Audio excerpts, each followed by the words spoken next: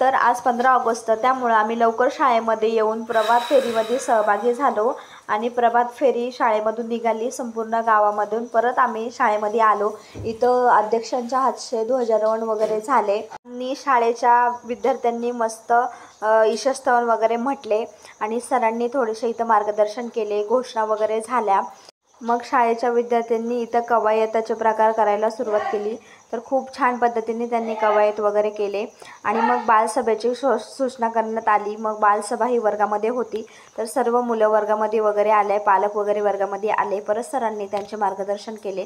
तसेच काही कार्यक्रम असला तर दीपप्रज्वलन पहिल्यांदा होतं तर ते झाले. तसेच मान्यवरांचे सत्कार वगैरे झाले, शिक्षकांचे पण सत्कार वगैरे झाले इथे. परत खाऊ वाटपाचा कार्यक्रम झाला. आम्ही पण आमचे थोडेसे फोटो वगैरे काढून आमच्या कार्यक्रमाची सांगता केली. तर जय हिंद, जय महाराष्ट्र.